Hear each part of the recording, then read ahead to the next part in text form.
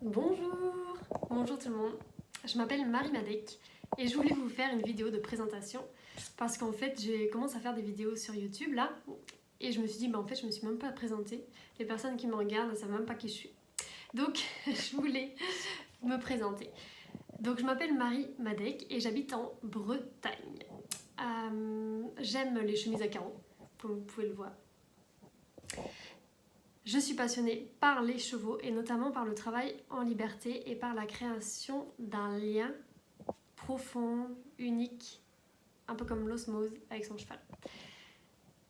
Donc voilà, donc je suis professionnelle depuis maintenant 9 ans.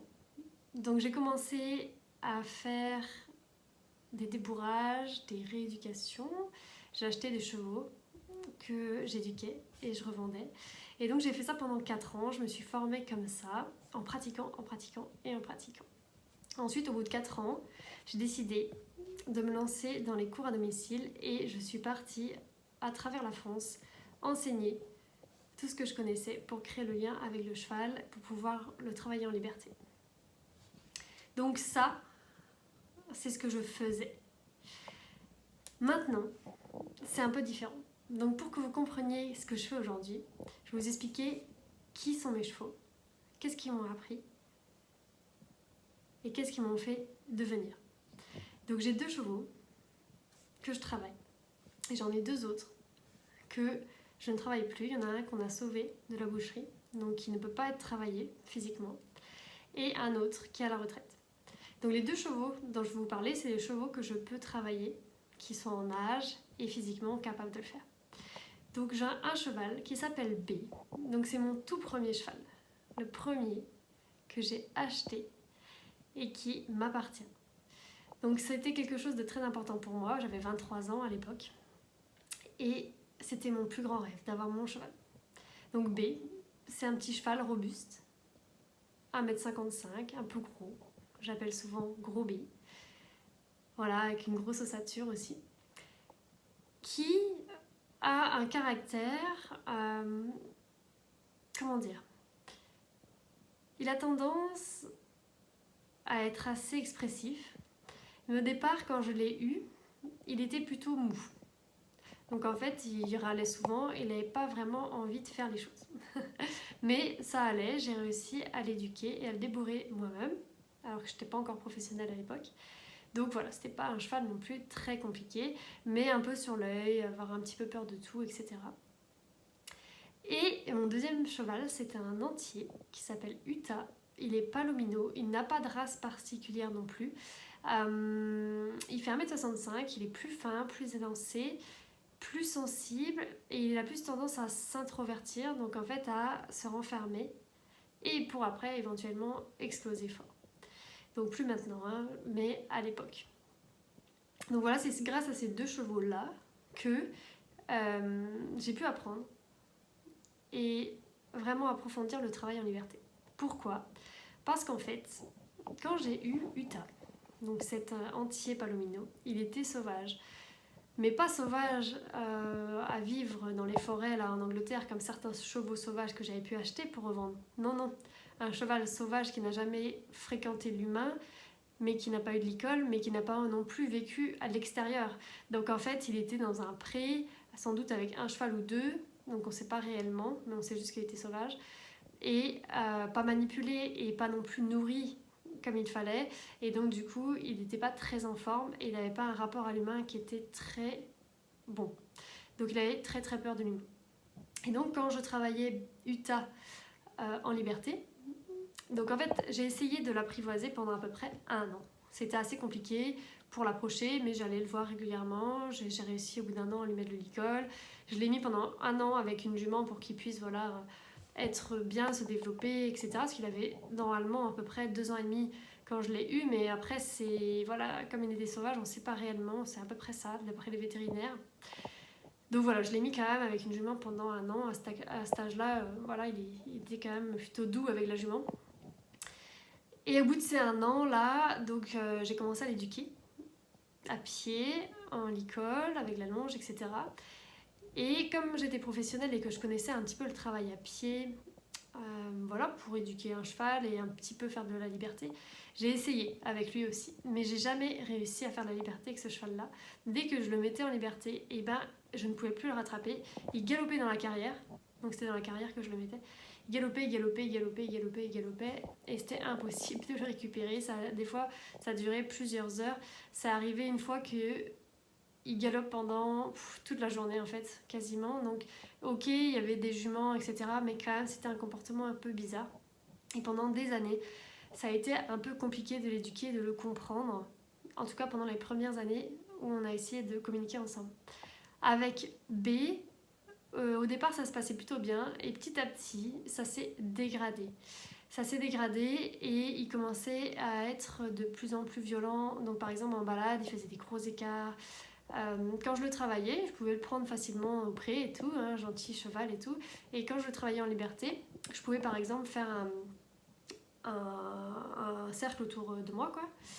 Je pouvais faire un petit cercle au pas, au trot, tout ça. Et après, quand je lui demandais, bah maintenant tu vas faire un petit cercle autour d'un plot, il faisait au pas, mais je sentais que c'était un peu limite. Et dès que je lui demandais au trot, paf, quelque chose d'un peu plus dur, quelque chose que j'avais envie de réussir vraiment, là il partait en liberté aussi. Et donc en fait, je me suis dit que je voulais absolument réussir à comprendre comment fonctionne un cheval pour pouvoir réussir à travailler mon cheval en liberté, à danser avec lui en liberté, à jouer avec lui.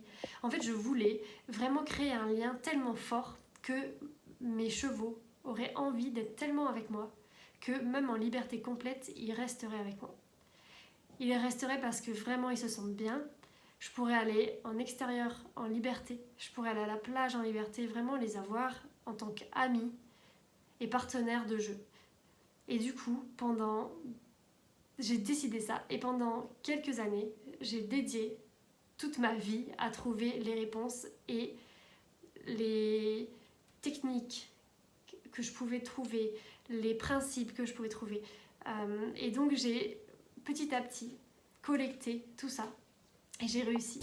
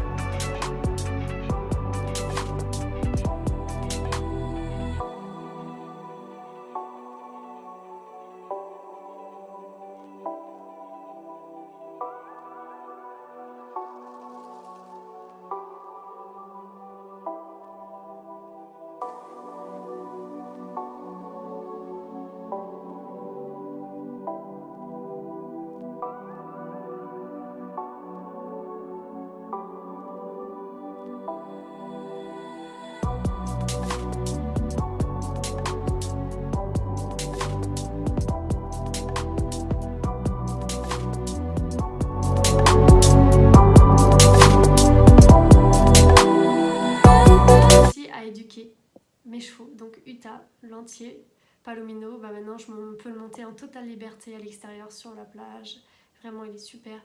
Avec B maintenant il est super dynamique, plus jamais je le retrouve mou, en liberté il reste avec moi, il fait même des shows hein, quand il y a des personnes qui viennent, il adore et donc j'ai réussi.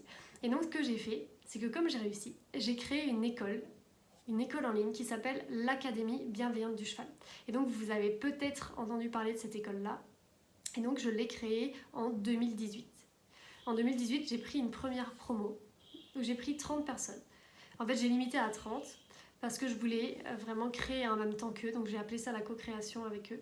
Et on a créé ensemble par rapport au feedback qu'ils me donnaient. Moi, je proposais les exercices que j'avais découverts, les techniques et tout ça. Et donc, on a créé ça. Donc dans cette école-là, il y a toute une partie en ligne, c'est-à-dire en fait qu'ils ont accès à des modules où dans chaque module, il y a une partie de savoir-faire.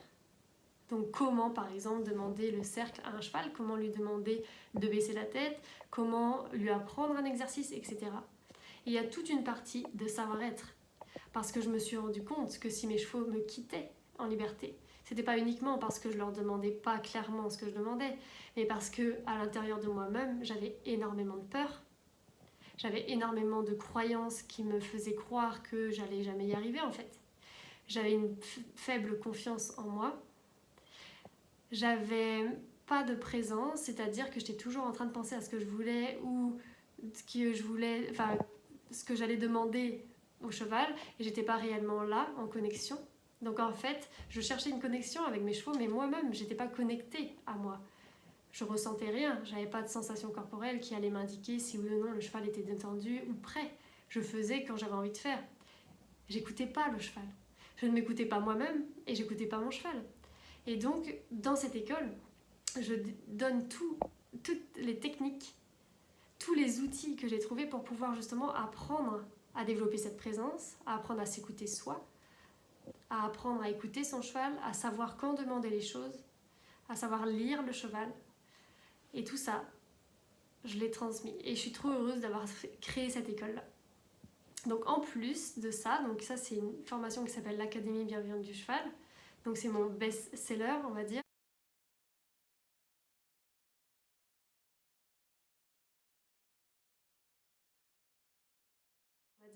C'est la formation que je vends le plus, c'est la formation complète où je donne tout. Donc mes étudiants, ils se transforment au fil des modules et du coup c'est vraiment hyper agréable à regarder et je suis super contente parce que j'ai mis des années à réussir à trouver tous les outils et à atteindre mon rêve. Et là, j'ai certains étudiants en 6 mois de formation qui sont transformés. Parce que moi, j'ai mis des années, eux, ils le font en quelques mois parce que je donne absolument tout. En plus, je continue à me former, donc de plus en plus vers la finesse, en plus un peu plus vers le dressage, pour de plus en plus améliorer le bien-être finalement physique du cheval en plus du bien-être mental. Voilà, sinon j'ai aussi créé une formation qui s'appelle Authenticité.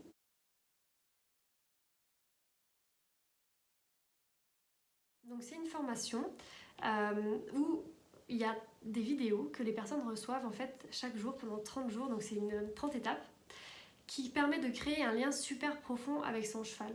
Et donc il y a pareil un mixte de savoir-faire et de savoir-être. Et c'est pour les personnes en fait qui ont déjà de la technique en savoir-faire, mais qui sentent qu'il leur manque quelque chose. Et en fait, en faisant cette formation, tac, ça va libérer les petites choses. Parce que justement, je donne les outils qui en général ne sont pas donnés dans les formations ou dans les stages. Et du coup, ça débloque tout. Donc c'est vraiment une super formation. J'ai des bons retours aussi par rapport aux personnes qui la font. Voilà. Que vous dire sur moi sinon? Oui, donc dans l'académie, donc il y a la partie en ligne là, mais il y a aussi une partie donc coaching. Donc les personnes elles peuvent faire des coachings, donc être suivies avec moi. Donc là en fait il y a plusieurs types de suivi. On peut être suivi avec moi, suivi par des coachs de l'académie. Donc voilà, ça c'est toute une partie coaching. Et donc ceux qui veulent être suivis avec moi, ils peuvent être suivis en intensif pour vraiment atteindre, soit libérer un gros blocage qu'ils ont. Voilà, et ça permet vraiment d'aller plus vite, de débloquer, de ne pas attendre des années comme moi j'ai pu faire, parce qu'à l'époque il n'y avait pas de coach comme ça sur internet. Donc voilà. Et il y a aussi des événements chez moi, donc en Bretagne. Donc les étudiants qui le souhaitent peuvent venir en stage avec mes chevaux pour l'instant. Et en fait, on passe du temps ensemble à travailler sur les exercices, des modules, autant en savoir-être qu'en savoir-faire. Et c'est vraiment super. En fait, les étudiants se connaissent plus ou moins parce qu'il y a un groupe Facebook de l'école. Donc c'est un groupe où les personnes, elles partagent soit leurs problèmes, donc elles demandent j'ai tel et tel problème, est-ce que vous pouvez m'aider, etc. Donc les autres étudiants dirigent en fait les autres, enfin la personne qui a des problèmes vers les modules où elles corrigent les vidéos, etc. On peut mettre du coup des vidéos, les étudiants peuvent mettre des vidéos. Et donc c'est un groupe qui est très actif. Il y a aussi des défis que moi je leur donne à faire donc pour pouvoir progresser. Il y a des lives que je fais tous les mois aussi pour répondre en live à toutes les questions qu'il y a. Et donc ce groupe là, ce qu'on m'a donné comme feedback, c'est qu'en fait il est beaucoup mieux que ce qu'on imagine. En fait il apporte aussi énormément de valeur. Donc la formation a de la valeur parce qu'il y a des vidéos, des audios, des textes, mais des centaines de pages de textes, d'écriture que j'ai faites pour transmettre toutes ces techniques là. Mais il y a aussi du coup ce groupe là qui est super.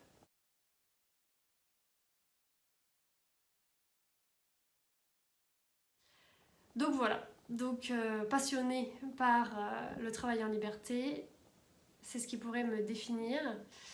Et voilà, et sinon j'aime bien aussi les girafes, pour leur symbolique de non-violence, parce que du coup justement dans l'académie je transmets aussi donc la communication non violente, qui est un outil qui permet de développer vraiment la bienveillance avec soi et avec les autres êtres humains et animaux.